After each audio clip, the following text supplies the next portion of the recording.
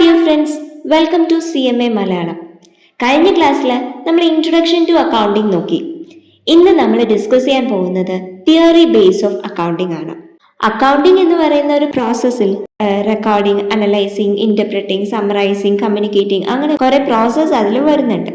അപ്പൊ ഈ theory base of അക്കൗണ്ടിങ്ങിൽ നമ്മൾ അക്കൗണ്ടിങ് ഇൻഫോർമേഷൻസ് എല്ലാം റിലയബിൾ ആവണമെന്നുണ്ടെങ്കിൽ കൺസിസ്റ്റന്റ് ബേസിൽ യൂണിഫോം ആയിട്ട് നമ്മൾ റെക്കോർഡ് ചെയ്താൽ മാത്രമാണ് അത് കമ്പാരിസണും ഡിസിഷൻ മേക്കിങ്ങിനും എല്ലാം നമ്മളെ ഹെൽപ്പ് ചെയ്യുന്നത്. അതുകൊണ്ട് തന്നെ നമ്മൾ കുറച്ച് അക്കൗണ്ടിങ് പ്രിൻസിപ്പിൾസും സ്റ്റാൻഡേർഡ്സും കോൺസെപ്റ്റ്സും എല്ലാം ഫോളോ ചെയ്തുകൊണ്ട് മാത്രമാണ് ഈ പറയുന്ന ഫിനാൻഷ്യൽ സ്റ്റേറ്റ്മെന്റ്സ് എല്ലാം തന്നെ പ്രിപ്പയർ ചെയ്യുന്നത്.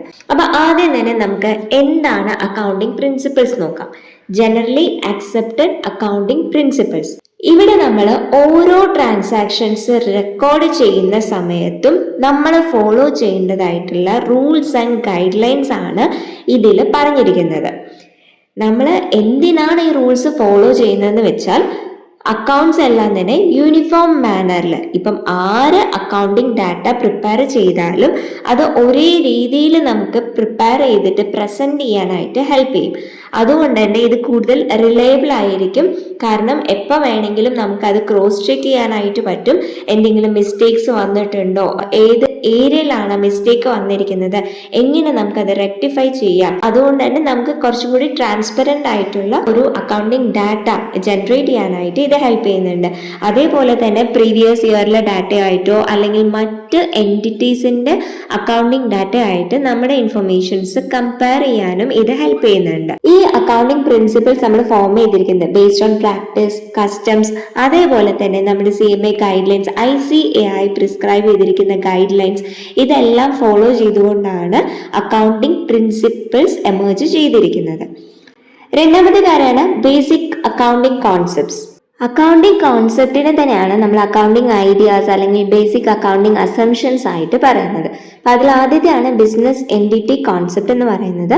അപ്പൊ ഈ ഒരു കോൺസെപ്റ്റ് പ്രകാരം നമ്മൾ അസ്യൂം ചെയ്യാണ് ബിസിനസ്സും അതുപോലെ തന്നെ അതിന്റെ ഓണറും രണ്ടും സെപ്പറേറ്റ് ആണ്. So business is distinct and separate entity from its owners. Even though നമ്മളാണ് ആ ഒരു ബിസിനസ് റൺ ചെയ്യുന്നുണ്ടെങ്കിലും ആ ഒരു ഓണർഷിപ്പും അതേപോലെ തന്നെ ബിസിനസ് എൻറ്റിറ്റി എന്നുള്ളതിന്റെ ഒരു ഐഡന്റിറ്റി ഉണ്ടാവും. ഇത് രണ്ടും നമ്മൾ സെപ്പറേറ്റ് ആയിട്ടാണ് ട്രീറ്റ് ചെയ്യുന്നത്. അതുകൊണ്ട് തന്നെ നമ്മൾ റെക്കോർഡ് ചെയ്യുന്ന സമയത്ത് എല്ലാം ബിസിനസിന്റെ പോയിന്റ് ഓഫ് വ്യൂവിലാണ് റെക്കോർഡ് ചെയ്യുന്നത്, അല്ലാതെ നമ്മൾ ആസ് ആൻ ഓണർ നമ്മുടെ പോയിന്റ് ഓഫ് വ്യൂവിലല്ല റെക്കോർഡ് ചെയ്യുന്നത്. അതേപോലെ തന്നെ നമ്മുടെ ഓണറിന്റെ പേഴ്സണൽ അസറ്റ്സും ലയബിലിറ്റീസും ഒന്നും നമ്മൾ ഇതിലേക്ക് കൺസിഡർ ചെയ്യില്ല. ബിസിനസിൻ്റെന്ന് പറഞ്ഞിട്ട് നമ്മൾ മാറ്റി വെച്ചിരിക്കുന്ന അസറ്റ്സോ ലയബിലിറ്റീസോ മറ്റ് ട്രാൻസാക്ഷൻസോ മാത്രമാണ് റെക്കോർഡിംഗ് പർപ്പസിന് വേണ്ടിയിട്ട് നമ്മൾ യൂസ് ചെയ്യുന്നത്. പേഴ്സണൽ ട്രാൻസാക്ഷൻസ് ഒരിക്കലും നമ്മുടെ ബിസിനസിന്റെ ബുക്സ് ഓഫ് അക്കൗണ്ട്സിൽ റെക്കോർഡ് ചെയ്യില്ല. രണ്ടാമത്തെ കോൺസെപ്റ്റ് ആണ് മണി മെഷർമെന്റ് കോൺസെപ്റ്റ് എന്ന് പറയുന്നത്. അപ്പൊ ഇവിടെ ഓരോ ട്രാൻസാക്ഷൻസും ഓർഗനൈസേഷനിൽ ഒക്കർ ചെയ്യുന്ന സമയത്ത് മോണിറ്ററി ടേംസിൽ എക്സ്പ്രസ് ചെയ്യാൻ പറ്റുന്ന ട്രാൻസാക്ഷൻസ് മാത്രമാണ് നമ്മൾ ഇതിൽ റെക്കോർഡ് ചെയ്യുക. ഫോർ എക്സാമ്പിൾ, നമ്മൾ ചെയർ പർച്ചേസ് ചെയ്തു, ടേബിൾ പർച്ചേസ് ചെയ്തു, ഒരു അസറ്റ് ലാപ്ടോപ്പ് പർച്ചേസ് ചെയ്തു, ഇതെല്ലാം നമ്മൾ ഇതിൽ റെക്കോർഡ് ചെയ്യും. പക്ഷേ നോൺ മോണിറ്ററി ഐറ്റംസ്, നമുക്ക് എക്സ്പ്രസ് ചെയ്യാൻ പറ്റാത്തത്, സ്കിൽ, നോളേജ്, ഇങ്ങനത്തെ കാര്യമൊന്നും നമ്മൾ ഇതിലേക്ക് കൺസിഡർ ചെയ്യില്ല. തേർഡ് ആണ് ഗോയിങ് കൺസേൺ കോൺസെപ്റ്റ് എന്ന് പറയുന്നത്. ഗോയിങ് കൺസേൺ കോൺസെപ്റ്റിൽ ഒരു ബിസിനസ് ലോങ് പീരീഡ് വരയ്ക്കും കണ്ടിന്യൂ ചെയ്യും എന്നൊരു അസംഷനിലാണ് റൺ ചെയ്യുന്നത്. ഇമ്മീഡിയറ്റ് ആയിട്ട് നമ്മൾ ഷട്ട് ഡൗൺ ചെയ്യാനോ അല്ലെങ്കിൽ 1 വർഷമോ 2 വർഷമോ കഴിഞ്ഞാൽ നമ്മൾ സ്റ്റോപ്പ് ചെയ്യാനല്ല ബിസിനസ് റൺ ചെയ്യുന്നത്. അതൊരു ഫോർസിയബിൾ ഫ്യൂച്ചർ പീരീഡ് വരയ്ക്കും നമ്മുടെ ബിസിനസ് കണ്ടിന്യൂ ചെയ്യും എന്നൊരു അസംഷനാണ് going concern concept. Depreciation charge ചെയ്യുമ്പം ഒരു 10 ഇയർ വരയ്ക്കും നമ്മൾ ഡിപ്രീസിയേഷൻസ് ചാർജ് ചെയ്യാറുണ്ട്. അപ്പൊ ഇതെല്ലാം ഫ്യൂച്ചർ ഓറിയന്റഡ് ആയിട്ട് നമ്മൾ തിങ്ക് ചെയ്യുന്നത് കൊണ്ടാണ് ബിസിനസ് ലോങ് ടേമിലേക്ക് റൺ ചെയ്യും എന്നൊരു അസംഷനോട് കൂടിയിട്ടാണ് ഇതെല്ലാം നമ്മളിങ്ങനെ റെക്കോർഡ് ചെയ്യുന്നത്. പിന്നെ വരുന്നതാണ് അക്കൗണ്ടിങ് പീരീഡ് കോൺസെപ്റ്റ് എന്ന് പറയുന്നത്. അക്കൗണ്ടിങ് പീരീഡ് എന്ന് പറയുന്നത് നമ്മുടെ ഫിനാൻഷ്യൽ സ്റ്റേറ്റ്മെന്റ് പ്രിപ്പയർ ചെയ്തിരിക്കുന്ന സ്പാൻ ഓഫ് ടൈം പീരീഡിനെയാണ് അക്കൗണ്ടിങ് പീരീഡ് എന്ന് പറയുന്നത്. ആ ഒരു പെർട്ടിക്കുലർ ടൈം പീരീഡിൽ നമുക്ക് ഉണ്ടാവുന്ന എക്സ്പെൻസും അതേപോലെ തന്നെ ഇൻകം എല്ലാം നമ്മൾ ഇതിൽ റെക്കോർഡ് ചെയ്യും. ഫൈനലി ഒരു കമ്പനി ഉണ്ടാക്കുന്ന സർപ്ലസ് അല്ലെങ്കിൽ ഡെഫിസിറ്റ് എന്താണെന്നുള്ളത് ഐഡന്റിഫൈ ചെയ്യും. നോർമലി അക്കൗണ്ടിങ് പീരീഡ് എന്ന് പറയുന്നത് 12 month ടൈം പീരീഡ് ആണ്. അപ്പോൾ ഇവിടെ നമ്മൾ റെക്കോർഡ് ചെയ്യുന്ന സമയത്ത് 1st April of this year to 31st March of next year, അതാണ് നമ്മുടെ അക്കൗണ്ടിങ് പീരീഡ് ആയിട്ട് കൺസിഡർ ചെയ്യുന്നത്. അടുത്ത കോൺസെപ്റ്റ് ആണ് കോസ്റ്റ് കോൺസെപ്റ്റ്. കോസ്റ്റ് കോൺസെപ്റ്റ് എന്ന് പറയുന്നത് എല്ലാ അസറ്റ്സും നമ്മൾ റെക്കോർഡ് ചെയ്യുന്നത് പർച്ചേസ് പ്രൈസിലായിരിക്കും. അതായത് purchase price means which includes acquisition cost, transportation cost, installation cost. ആ ഒരു അസറ്റ് വർക്കിംഗ് കണ്ടീഷനിലേക്ക് എത്തിക്കാൻ വരുന്ന എല്ലാ എക്സ്പെൻസും കമ്പൈൻ ചെയ്തിട്ടാണ് നമ്മൾ പർച്ചേസ് പ്രൈസ് എന്നുള്ളത് ഡിസൈഡ് ചെയ്യുന്നത്. അതുകൊണ്ട് തന്നെ ഇതെല്ലാം ഹിസ്റ്ററിക്കൽ ഇൻ നേച്ചർ ആണ്. ഓൾറെഡി ഇൻകർ ചെയ്തിരിക്കുന്ന കോസ്റ്റ് മാത്രമാണ് ഇതിൽ നമ്മൾ കൺസിഡർ ചെയ്യുന്നത്. അല്ലാതെ ഫ്യൂച്ചറിൽ ഇങ്ങനെ വരാം അല്ലെങ്കിൽ പ്രൈസ് റൈസ് വരാം, ഇങ്ങനത്തെ കാര്യങ്ങൾ നമ്മൾ കൺസിഡർ ചെയ്യില്ല. അതുകൊണ്ട് തന്നെ നമ്മുടെ ബിസിനസ്സിൽ ചില സമയത്ത് അത് ഒരു ട്രൂ വാല്യൂ നമുക്ക് കണ്ടെത്താൻ പറ്റാത്ത സിറ്റുവേഷൻസ് വരാം. കാരണം നമ്മളൊരു ബിൽഡിംഗ് പർച്ചേസ് ചെയ്യുമ്പോൾ അതിൻ്റെ ഒരു വാല്യൂ 10 lakh ആയിരിക്കാം, പിന്നീട് അതിൻ്റെ വാല്യൂ ഇൻക്രീസ് ചെയ്തിട്ട് ഒരു 50 lakh ആയിട്ട് മാറിയിട്ടുണ്ടായിരിക്കും. കറൻ്റ്ലി ആ ബിൽഡിങ്ങിൻ്റെ പ്രൈസ് 50 lakh ആയിരിക്കും, ബട്ട് നമ്മുടെ ബുക്കിൽ റെക്കോർഡ് ചെയ്യുന്നത് 10 lakh എന്നുള്ളൊരു പ്രൈസിലായിരിക്കും. അങ്ങനെ ചില ഹിഡൻ പ്രോഫിറ്റ്സ് ഒക്കെ അതിൽ ഇൻകർ ചെയ്യാനുള്ള ഒരു ചാൻസ് ഉണ്ട്. അത് ഇതിനൊരു ലിമിറ്റേഷനാണ്. Next dual aspect concept. Dual aspect concept പ്രകാരം ഏതൊരു ട്രാൻസാക്ഷൻ നമ്മൾ റെക്കോർഡ് ചെയ്യുന്ന സമയത്തും അതിലൊരു 2 എഫക്റ്റ് ആണ് വരുന്നത്. ഒരു ഡെബിറ്റ് ആസ്പെക്റ്റും ഒരു ക്രെഡിറ്റ് ആസ്പെക്റ്റും. അതായത് നമ്മൾ ഇപ്പോൾ ഒരു എമൗണ്ട് ബിസിനസ്സിന് ഇൻവെസ്റ്റ് ചെയ്യുകയാണ്, 50 lakh ഇൻവെസ്റ്റ് ചെയ്യുകയാണെന്നുണ്ടെങ്കിൽ ആ 50 lakh ഇൻവെസ്റ്റ് ചെയ്യുന്നത് വഴി നമ്മുടെ ക്യാഷ് എന്ന് പറയുന്നത് ബിസിനസ്സിൽ ഇൻക്രീസ് ആവുന്നുണ്ട്. At the same time owner's equity അല്ലെങ്കിൽ ക്യാപിറ്റൽ എന്ന് പറയുന്നതും ആ ഒരു സെയിം എമൗണ്ടിനെ ഇൻക്രീസ് ചെയ്തിട്ട് വരുന്നുണ്ട്. So cash and capital account 2 സ്ഥലത്ത് അതിൻ്റെ ഒരു എഫക്റ്റ് കാണാനായിട്ട് പറ്റും. അതേപോലെ തന്നെ ഇപ്പോൾ ഒരു ഗുഡ്സ് പർച്ചേസ് ചെയ്യുകയാണെന്നുണ്ടെങ്കിൽ ക്യാഷ് കൊടുത്തിട്ടാണ് പർച്ചേസ് ചെയ്യുന്നതെന്നുണ്ടെങ്കിൽ സ്റ്റോക്ക് എന്ന് പറയുന്ന ഒരു അസറ്റ് കൂടും, അതേസമയം ക്യാഷ് എന്ന് പറയുന്ന ഒരു അസറ്റ് കുറയുന്നുണ്ടായിരിക്കും. സോ ഓരോ ട്രാൻസാക്ഷനും ഒരു debit as well as credit aspect ഉണ്ടായിരിക്കും. അപ്പൊ അതിനെയാണ് ഡുവൽ ആസ്പെക്ട് കോൺസെപ്റ്റ് എന്ന് പറയുന്നത്. അപ്പൊ അത് based on an equation asset is equal to liabilities plus capital. എപ്പോഴും ഈ ഒരു ഇക്വേഷൻ സാറ്റിസ്ഫൈ ചെയ്യുന്ന രീതിയിലായിരിക്കും എല്ലാ ട്രാൻസാക്ഷൻസും നമ്മൾ റെക്കോർഡ് ചെയ്യുന്നത്. പിന്നെ വരുന്നതാണ് റവന്യൂ റെക്കഗ്നിഷൻ അല്ലെങ്കിൽ റിയലൈസേഷൻ കോൺസെപ്റ്റ് എന്ന് പറയുന്നത്. റവന്യൂ റെക്കഗ്നിഷൻ അല്ലെങ്കിൽ റിയലൈസേഷൻ കോൺസെപ്റ്റിൽ നമ്മൾ ചെയ്യുന്നത് എപ്പോഴാണോ റവന്യൂ ഏൺ ചെയ്യുന്നത് ആ ടൈമിൽ തന്നെ നമ്മളത് റെക്കോർഡ് ചെയ്യും. അല്ലാതെ ക്യാഷ് റിസീവ് ചെയ്യുന്ന ടൈമിൽ അല്ല റെക്കോർഡ് ചെയ്യുന്നത്. അടുത്ത വർഷത്തേക്കുള്ള ഒരു ഇൻട്രസ്റ്റ് നമ്മൾ ഈ വർഷം തന്നെ മുൻകൂട്ടി വാങ്ങുകയാണെന്നുണ്ടെങ്കിൽ അത് നമ്മൾ എന്ത് ചെയ്യും, റിസീവ്ഡ് ഇൻ അഡ്വാൻസ് എന്ന് പറഞ്ഞിട്ട് ബുക്കിൽ റെക്കോർഡ് ചെയ്യും. നമ്മുടെ financial year April to next year March ആണെന്ന് പറഞ്ഞു. മാർച്ച് 2025 ഏപ്രിൽ 25 റെന്റ് നേരത്തെ വാങ്ങിച്ചിട്ടുണ്ടായിരുന്നു എങ്കിൽ കഴിഞ്ഞ ഫിനാൻഷ്യൽ ഇയറിലായിരിക്കും അത് റെക്കോർഡ് ചെയ്യുന്നത്, അല്ലാതെ ഈ വർഷത്തിലായിരിക്കില്ല. പിന്നെ വരുന്നതാണ് മാച്ചിങ് കോൺസെപ്റ്റ് എന്ന് പറയുന്നത്. നമുക്ക് ഉണ്ടാവുന്ന എല്ലാ എക്സ്പെൻസും അതിന്റെ റിലേറ്റഡ് ആയിട്ടുള്ള റവന്യൂമായിട്ട് മാച്ച് ചെയ്തിട്ടായിരിക്കണം ഉണ്ടാവുന്നത്. റവന്യൂ നമ്മൾ റെക്കഗ്നൈസ് ചെയ്യുന്നത് എപ്പോഴാണോ സെയിൽ കംപ്ലീറ്റ് ആവുന്നത്, ക്യാഷ് റിസീവ് ആവുന്നത് ആ ടൈമിലായിരിക്കും. ബട്ട് എക്സ്പെൻസ് എല്ലാം തന്നെ നമുക്ക് ഈവൻ ദോ പേ ചെയ്തിട്ടില്ല എന്നുണ്ടെങ്കിലും അത് നമ്മൾ മുൻകൂട്ടി എന്ത് ചെയ്യാറുണ്ട്, കൺസിഡർ ചെയ്യാറുണ്ട്. ഫുൾ ഡിസ്ക്ലോഷർ കോൺസെപ്റ്റ് എന്ന് പറയുന്നത്, ഫുൾ ഡിസ്ക്ലോഷർ കോൺസെപ്റ്റിൽ എല്ലാ മെറ്റീരിയൽ ഫാക്ട്സ് അല്ലെങ്കിൽ റെലവൻ്റ് ആയിട്ടുള്ള ഫാക്ട്സ്, നമുക്കൊരു ഡിസിഷൻ മേക്കിങ്ങിന് ആവശ്യമുള്ള എല്ലാ ഡീറ്റെയിൽസും നമ്മൾ കൺസിഡർ ചെയ്യും. അത് നമ്മുടെ അക്കൗണ്ടിങ് സ്റ്റേറ്റ്മെന്റ്സിൽ ഡിസ്ക്ലോസ് ചെയ്തിട്ടുണ്ടായിരിക്കണം. എല്ലാ അക്കൗണ്ടിങ് ഇൻഫർമേഷനും ഫിനാൻഷ്യൽ സ്റ്റേറ്റ്മെന്റിൽ ഡിസ്ക്ലോസ് ചെയ്തിട്ടുണ്ടായിരിക്കണം. പിന്നെ വരുന്നത് കൺസിസ്റ്റൻസി ആണ്.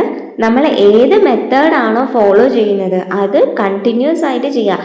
അൺലെസ് നമുക്കൊരു വാലിഡ് റീസൺ ഉണ്ട് ചേഞ്ച് ചെയ്യാന്നുണ്ടെങ്കിൽ ഓക്കെ, അതർവൈസ് നമ്മൾ എന്ത് ചെയ്യാൻ പാടില്ല. ഇപ്പൊ ഡിപ്രീസിയേഷൻ നമുക്ക് റെക്കോർഡ് ചെയ്യുമ്പോൾ പല മെത്തേഡ്സ് ഉണ്ടെന്ന് അറിയാം. അപ്പൊ സ്റ്റാർട്ടിങ്ങിൽ സ്ട്രേറ്റ് ലൈൻ മെത്തേഡ് ചെയ്യുന്നു, പകുതി എത്തുമ്പോൾ റിട്ടേൺ ഡൗൺ വാല്യൂ ചെയ്യുന്നു. അങ്ങനെ നമ്മൾ മാറ്റി മാറ്റി ചെയ്യാനായിട്ട് പാടില്ല. കൺസിസ്റ്റന്റ് ആയിട്ട്, അതായത് ഒരേ മെത്തേഡ് തന്നെ ഇയർ ടു ഇയർ നമ്മൾ ഫോളോ ചെയ്യണം. കൺസർവേറ്റിസത്തിന്റെ മെയിൻ കോൺസെപ്റ്റ് എന്ന് പറയുന്നത് ലോസ് എല്ലാം നമ്മൾ ആന്റിസിപ്പേറ്റ് ചെയ്യും, പക്ഷെ പ്രോഫിറ്റ് ഒന്നും തന്നെ ആന്റിസിപ്പേറ്റ് ചെയ്യില്ല. അതിനാണ് കൺസർവേറ്റിസം എന്ന് പറയുന്നത്. പിന്നെ വരുന്നതാണ് മെറ്റീരിയാലിറ്റി. നമ്മളുടെ ഡിസിഷൻ മേക്കിങ്ങിനെ അഫക്റ്റ് ചെയ്യുന്ന മെറ്റീരിയൽ ഫാക്ട്സ് മാത്രമേ നമ്മളിവിടെ കൺസിഡർ ചെയ്യുന്നുള്ളൂ. മെറ്റീരിയൽ ഫാക്ട്സ് അല്ലാത്തതൊന്നും തന്നെ നമ്മളിവിടെ റെക്കോർഡ് ചെയ്യുന്നില്ല. പിന്നെ വരുന്നതാണ് ഒബ്ജക്റ്റിവിറ്റി. നമ്മൾ ഓരോ ട്രാൻസാക്ഷൻസും റെക്കോർഡ് ചെയ്യുന്ന സമയത്ത് അത് നമ്മൾ ബേസ്ഡ് ഓൺ എവിഡൻസ് ആയിരിക്കണം റെക്കോർഡ് ചെയ്യുന്നത്. അത് either may be in the form of invoice അല്ലെങ്കിൽ റെസിപ്റ്റ്. ഇതൊക്കെ നമ്മൾ നോക്കി റെഫർ ചെയ്തതിന് ശേഷം മാത്രമാണ് റെക്കോർഡ് ചെയ്യുന്നത്. പിന്നീട് എപ്പോൾ വേണമെങ്കിലും നമുക്കത് ചെക്ക് ചെയ്യാനായിട്ട് പറ്റും. അക്കൗണ്ടിങ്ങിൽ രണ്ട് സിസ്റ്റംസ് ആണ് വരുന്നത്, double entry as well as single entry system. ഇന്ന് നമ്മൾ മോസ്റ്റ്ലി റെക്കോർഡ് ചെയ്യുന്നത് എല്ലാം ഡബിൾ എൻട്രി കോൺസെപ്റ്റ് പ്രകാരമാണ്. അതായത് ഏതൊരു ട്രാൻസാക്ഷൻ എടുത്താലും ഒരു ഡെബിറ്റ് ആസ്പെക്റ്റും ക്രെഡിറ്റ് ആസ്പെക്റ്റും ഉണ്ടായിരിക്കും. Accounts must be complete and reliable. അപ്പോൾ ഒരു ഡെബിറ്റും ക്രെഡിറ്റും കറസ്പോണ്ടിങ് ആയിട്ട് റെക്കോർഡ് ചെയ്യുമ്പോൾ മാത്രമാണ് അത് കംപ്ലീറ്റ് ആയിട്ട് വരുന്നത്. സിംഗിൾ എൻട്രി കോൺസെപ്റ്റ് എന്ന് പറയുന്നത് ജനറലി ഇൻകംപ്ലീറ്റ് ആയിരിക്കും. നമുക്ക് ആ ഒരു ബാലൻസിങ് എന്നുള്ളത് വരുന്നില്ല. ഡെബിറ്റും ക്രെഡിറ്റും ഈക്വൽ ആക്കാവുന്ന ഒരു കോൺസെപ്റ്റ് ഇതിൽ വരുന്നില്ല. ജനറലി സ്മോൾ ഫോംസ് ആണ് ഇത് പ്രിഫർ ചെയ്യുന്നത്. പിന്നെ അക്കൗണ്ടിങ്ങിന്റെ ബേസിസ് ആണ്. അക്കൗണ്ടിങ് ബേസിസ് എന്ന് പറയുന്നത് ബേസിസ് ഓഫ് അക്കൗണ്ടിങ്ങിൽ രണ്ടെണ്ണം വരുന്നുണ്ട്, cash basis as well as accrual basis.